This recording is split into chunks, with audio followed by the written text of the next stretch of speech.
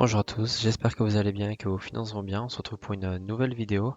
Aujourd'hui, on va aller regarder un petit peu la composition du fameux portefeuille de Warren Buffett, qui est l'un des plus grands investisseurs de tous les temps, avec un portefeuille qui atteint les 364 milliards de dollars. Donc, à côté de ça, notre portefeuille fait vraiment peu le figure. Mais bon, je pense qu'il est quand même intéressant de regarder ce que font les gros poissons pour essayer de s'inspirer, de comprendre pourquoi est-ce qu'ils font tel ou tel achat. Donc tout d'abord un petit rappel, donc la semaine dernière a été compliquée pour le portefeuille, on a perdu quasiment 50% de la plus-value qu'on avait réussi à accumuler. Là on remonte petit à petit, hein, on est à 364 € de plus-value maintenant. On a un grand mauvais élève de ce portefeuille qui est ST Microelectronics, qui est une entreprise assez technologique européenne qui connaît un temps compliqué depuis l'annonce de ses résultats qui étaient en dessous les prévisions. Donc forcément, les gens qui voulaient du cash rapidement, ils sont vite sortis de la position, plutôt que comme moi là, on va devoir attendre que l'entreprise se remette de ses résultats. À côté de ça, on a aussi certains ETF qui étaient exposés aux entreprises américaines, à des grands de la tech qui ont un peu baissé aussi. Donc voilà, petit à petit le portefeuille se remet. En attendant, moi je m'amuse à faire quelques graphiques. J'ai à gauche mes actions, donc je regarde un peu la répartition de mes actions. À droite, j'ai mes paniers d'actions. Je commence un peu à en avoir beaucoup, hein. Je me dis que des paniers d'actions, c'est pour se diversifier. Et là, je commence à avoir des paniers de paniers. Donc, va falloir que je regarde est-ce qu'il n'y a pas moyen d'optimiser un peu tout ça, d'améliorer les performances tout en restant diversifié. Donc voilà, je m'amuse à faire ça. Dans la dernière vidéo, je vous avais aussi présenté ce script qui comparait les performances d'un PEA avec les performances d'un CTO. Donc pour rappel, il y a le PEA qui offre 12% de réduction d'impôt après 5 ans. Et donc je voulais voir avec ce script combien il fallait que mon CTO performe de plus que mon PEA pour que la réduction d'impôt soit nulle. Alors pour ceux qui n'ont pas vu la vidéo, je peux vous refaire un test très rapide. Avec 1000 € d'investi pendant 10 ans avec un PEA qui performe à 10%, et il vous faut un compte titre qui performe à 11,86% par an pour à la fin avoir le même résultat net. Même si le PEA offre des impôts réduits après 5 ans, votre compte titre aura le même résultat si jamais il performe avec 1,86% de plus par an. Plus vous allongez la durée d'investissement, donc je refais pareil, 1000 € d'investi, mais cette fois sur 20 ans, donc le double, avec toujours 10% de performance pour le PEA, on est maintenant plus qu'à 0,93% de différence pour le CTO. Donc avec moins d'1% de performance supplémentaire avec le compte titre, vous avez le même résultat net que le PEA. Alors attention, il ne faut pas prendre ce résultat au pied de la lettre, il y a des conditions supplémentaires, des variations, notamment la prise en compte des dividendes. Sur le CTO, les dividendes sont imposables à 30%, ce qui n'est pas le cas du PEA. Donc voilà, c'est un petit script pour avoir une vision globale, mais il y a quand même des différences qui ne sont pas représentées dans ce résultat. À côté de ça, j'ai aussi mon portefeuille. Donc là, on voit que j'ai différentes lignes. On voit BlackRock, Visa qui sont des institutions financières. Donc ça représente quand même 50% de mon portefeuille de stock picking. Donc ces actions que j'ai sélectionnées personnellement. On a un petit Michelin qui est perdu à côté du ST Microelectronics, qui sont deux entreprises européennes qui ont rien à faire dans mon CTO. J'ai prévu de les sortir de ce camembert pour aller plutôt dans le PA si jamais je souhaite les reprendre. Et à côté de ça, l'entreprise Oracle qui représente 31% de mon portefeuille de stock picking. Et donc pourquoi j'ai fait ce camembert là? C'est pour un peu avoir une vision globale de les secteurs d'activité dans lesquels je suis exposé et un peu la taille des différentes positions que j'ai dans le portefeuille. Maintenant qu'on a vu ça, je voulais qu'on aille regarder le fameux portefeuille de Warren Buffett. Donc là c'est la version 2024.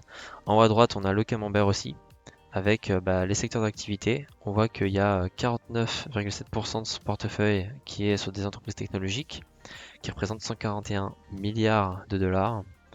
On a une autre grosse partie qui est des institutions financières ou des entreprises financières avec 26,8% de la totalité de son portefeuille. Et après des plus petites industries.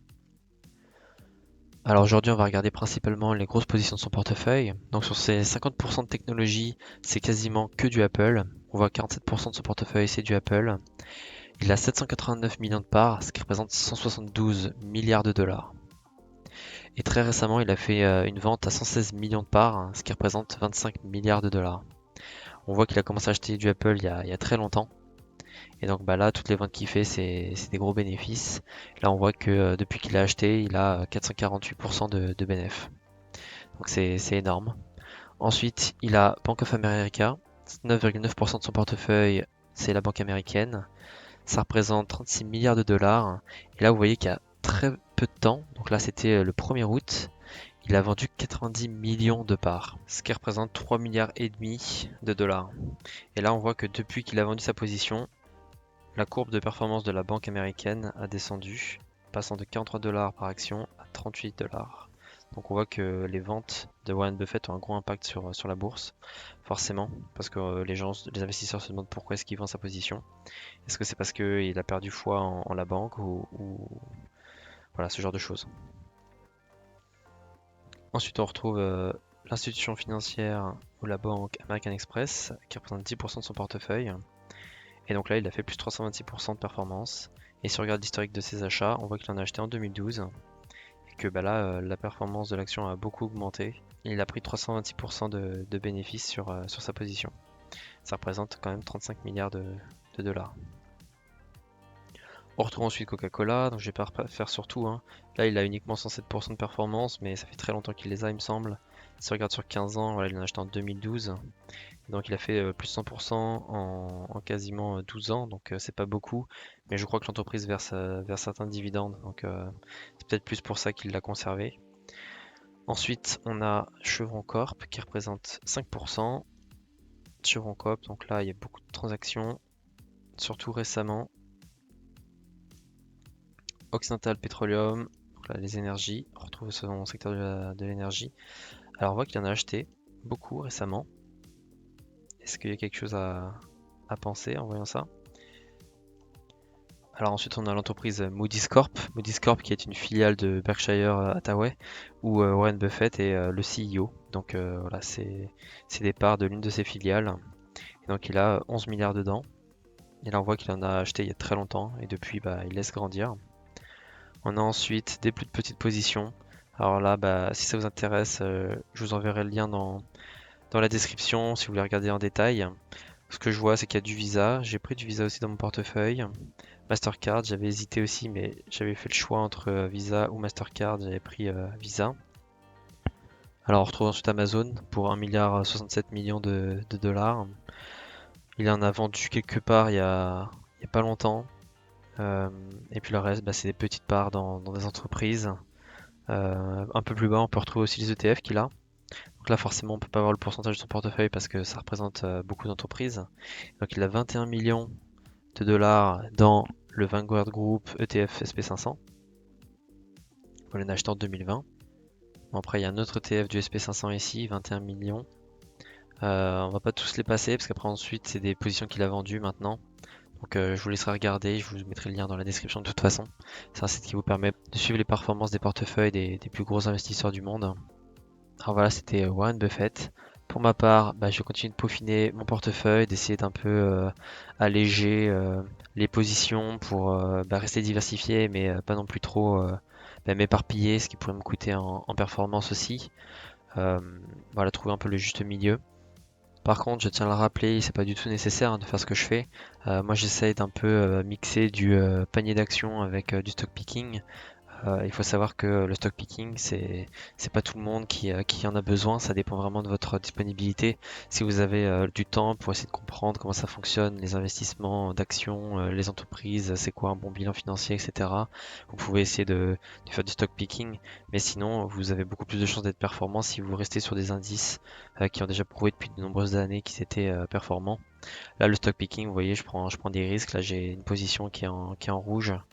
Euh, voilà, parce que moi je l'ai sélectionné personnellement, mais du coup je suis exposé directement à sa défaillance si jamais elle vient à perdre en performance. Donc voilà, juste un petit disclaimer pour vous. Voilà ce que j'avais à dire. Si jamais vous n'avez pas encore commencé à investir, je vous mettrai un lien dans la description pour utiliser ce courtier de Giro qui vous permet d'investir dans le monde entier avec des frais réduits pour les ETF notamment et qui vous permettra de faire vos premières transactions à hauteur de 100 € gratuitement. J'ai plus qu'à vous dire, passez une bonne journée, prenez soin de vos finances, et puis à la prochaine.